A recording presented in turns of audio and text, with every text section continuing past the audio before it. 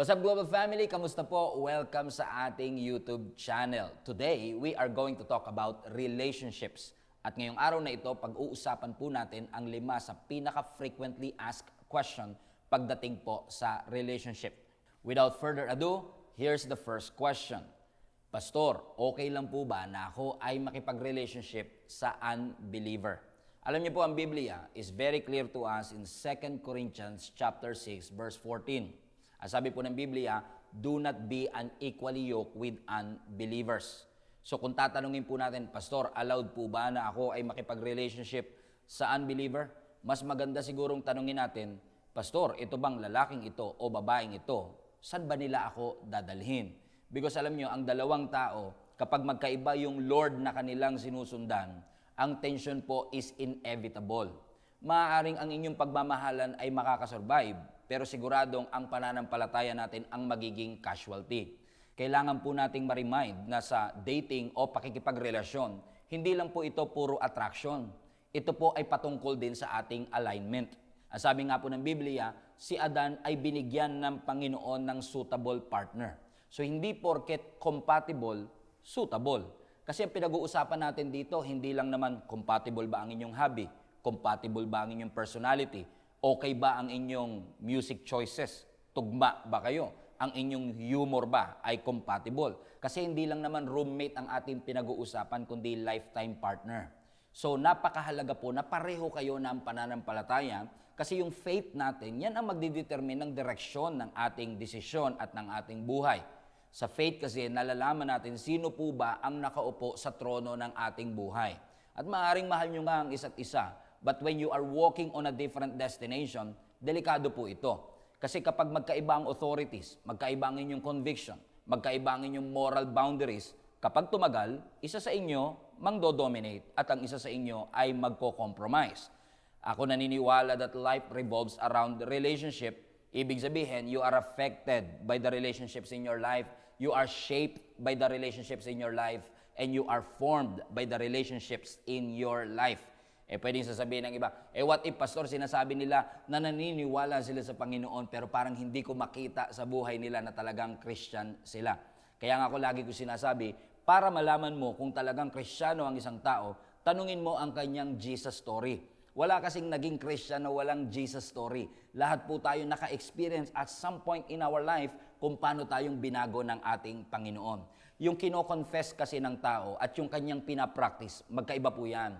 Yung paniniwala natin sa ating Panginoon at pagsasubmit natin sa Diyos, malayong-malayo po yan sa isa't isa.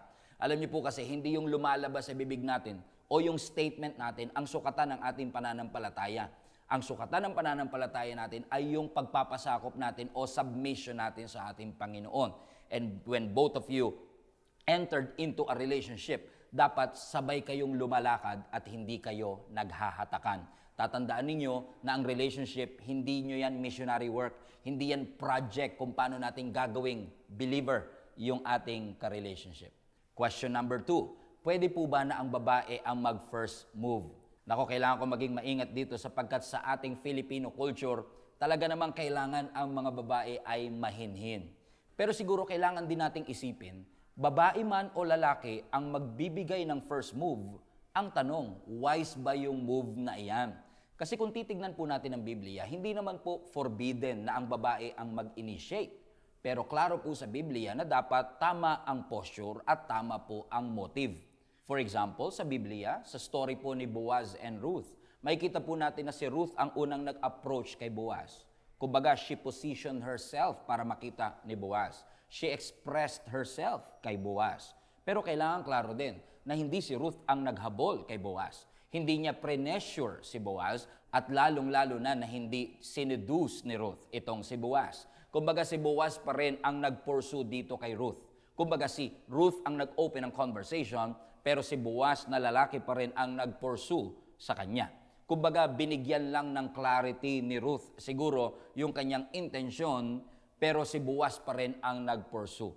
Kaya nga, sa nakikita natin, wala pong masama na tayo ay mag-initiate kasi may mga lalaki talagang minsan parang torpe, pero tatandaan ninyo, magkaiba yung torpe sa uninterested. Third question, meron po bang soulmate sa Bible, Pastor? At meron po bang concept ng the one sa Biblia? Now, this is interesting kasi makikita po ninyo that the Bible never promises the one. Pero kailangan kong klaruhin na malinaw din po sa Biblia na kailangan po ng wisdom. Required ang wisdom sa pagpili ng tao na atin pong mapapakasalan. Kasi po yung idea na meron tayong pre-assigned na soulmate, parang tunog romantic, parang inintroduce ng Hollywood, pero parang hindi po yata siya masyadong biblical. Kasi kung iisipin po ninyo, kung totoo po talaga yung idea ng soulmate, kumbaga isang maling date lang o isang maling relationship lang, it could destroy the will of God in the human race. Isang missed call, isang missed message could cancel our destiny. In fact, pag-iisipin nyo, parang may danger pa nga yung tinatawag na the one. Kasi minsan, yung ating pakiramdam, yung ating emosyon na, it feels right, parang siya talaga yung ibinigay ng Panginoon. Kaya minsan, parang ini-ignore natin yung mga red flags na Diyos din naman ang nagpapakita nito. Pastor, paano mo i-explain yung kay Adam and Eve na parang si Eve ang the one nitong si Adan? Totoo naman, parang kung iisipin mo, parang si Eva nga naman talaga ang the one ni Adan, pero may iba pa ba siyang choice? Talagang nag-iisa lang naman itong si Eva. Kumbaga, parang meron kasi tayong concept na kapag nakita ko at nakarelasyon ko itong the one na ibinigay ng Panginoon sa akin, I will live a happily ever after. Pero alam niyo, ang wisdom na tinuturo ng Panginoon sa atin, dapat kung sino man yung tao na ating papakasalan, find somebody that will support your calling, find somebody that will be connected to your assignment. Dapat meron kayong shared faith, dapat meron kayong shared direction, and most importantly, dapat merong shared commitment. Huwag ka nang hanap ng perfect. Siguro magandang hanapin yung prepared. Yung mga tao na hinanda ng Panginoon at yung mga taong inihahanda ang kanilang sarili para sa iyo. Fourth question, importante po ba, Pastor, ang physical appearance? At ano po ang maiko-consider nating biggest red flag para hindi pumasok sa isang relationship? Magandang tanong, pero isa-isahin natin. Importante nga ba ang physical appearance? Well, I believe it matters, pero maaaring talagang isa ito sa ikinukonsider ng mga tao when it comes to pursuing somebody. Totoo naman kasi na ang attraction ay napakahalaga. But you have to understand that attraction might be important, but it is not sufficient. Delikado kasi kapag tayo puro attraction lang pero walang kasamang wisdom. Kasi pag walang kasamang wisdom, nabubulag ka na sa looks. Tatandaan mo, ang looks, nagfe-fade yan. Ang katawan ng tao, nagbabago yan. At ang chemistry, pwede huyang mag-fade. Hindi naman mali na tumingin doon sa physical appearance, pero tatandaan natin na temporary lang yan. Kailangan natin ma-realize na hindi lang naman mukha ang papakasalan natin. Marami pang kasama ito. Kung meron mang biggest red flag, siguro isipin natin na ang marriage is all about habits. Ang marriage is about temper. Ang marriage is all about values, discipline, or even patterns. Alam niyo, makikilala mo ang tao hindi sa wedding day. Makikilala mo siya ng lubos sa inyong married life. Kasi hindi mo pinapakasalan ang tao dahil sa kanyang potensyal. You have to realize that you marry their patterns as well. Pansinin po ninyo, pag nagliligawan pa lang kasi, para kang nanonood ng highlight reel. Lahat ng magagandang bagay patungkol sa tao, parang in love ka. Pero ang married life, hindi highlight reel. Unedited video ang makikita mo. Lahat ng kamalian, lahat ng kanyang kakulangan. Kasi lahat ng tao pwedeng mangako sa atin. Ibibigay ko sa iyo ang bituin, ibibigay ko at susungkitin ko ang buwan at ang araw. Pero pag dumaan na ang stress, pag dumaan na ang conflict, ang fatigue, ang boredom, yung pattern ang mag-i-expose sa tunay na pagkatao nila. Tatandaan nyo, pattern speaks louder than promises. Lahat kayang mangako, pero i-check mo mismo yung patterns niya in the past. Question number 5. Let's talk about healing. Let's talk about heartbreak. How not to bring baggage or traumatic experience in the new season of my life. I want to encourage somebody na ang heartbreak ay hindi po katunayan that you are foolish. In fact, kapag na broken heart ang isang tao, yan ay katunayan na nagmahal ka. Yan ay katunayan na umasa ka. Yan ay katunayan na nag-invest ka. Obviously, ang heartbreak, masakit po talaga yan. But I want to encourage somebody today that you do not allow the heartbreak, the pain to ruin your future.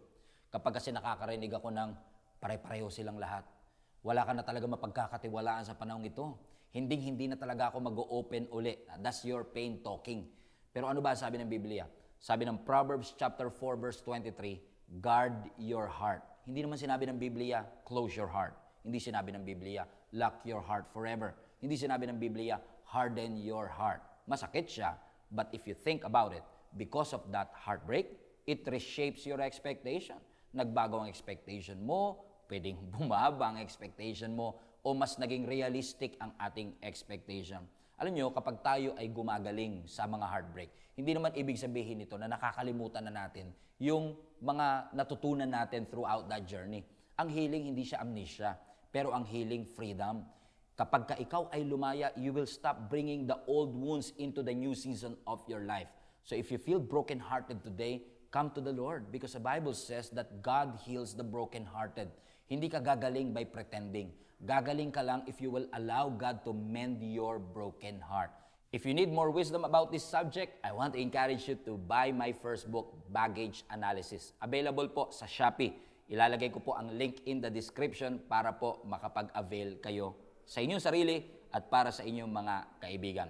And for our last question, ang tawag po natin dito ay trentahin problems. Pastor, how can I wait and not be passive? How can I maximize this singleness season in my life? Because apparently, ang loneliness ay totoong experience sa mga single. Now, I just want to clarify a lot of myth in singleness. First of all, singleness is more than just a waiting season. Ang singleness, hindi po yan time ng incompleteness natin until marriage. Ang singleness, hindi siya deficiency. Ang singleness, hindi siya season ng lack. Ang singleness is actually a season of stewardship. In fact, in the scripture, napakarami pong Bible heroes ang single at nanatiling single. Si Jeremiah, single. Si Daniel, single. Si Nehemiah, single. Si Elijah, Elisha, were single. John the Baptist, single. Martha, Lazarus, Apostle Paul, all of them, including our Lord Jesus Christ, single po sila nung sila ay nandito sa earth. Pero may tinuturo ang Panginoon sa atin. Kapag tayo po ay nasa singleness season, this is more than just a waiting season. And yes, waiting season must not be a wasted season. And waiting is not standing and doing nothing. Maging passive na lang tayo. Waiting season is a stewardship season. I want to encourage all the single people out there, build a full life while you are still single. You are not on a holding pattern na nag-aantay lang ng mapapangasawa ninyo. Grow in character. Serve the Lord while you can at marami ka pang oras. Because alam nyo, ang loneliness mas nagiging worse when your world is too small. If you can travel, travel. If you can have fun with a lot of people, do it. Bakit? We need to steward our singleness season. So what about you? How are you stewarding this season wisely? Let me know in the comment section. And before I end this video, I want to encourage you to follow and subscribe sa mga social media platforms po natin that is flash on the screen. And now, kung may mga topic suggestions po kayo sa mga susunod nating episodes, don't forget to put that in the comment section. See you on the next podcast.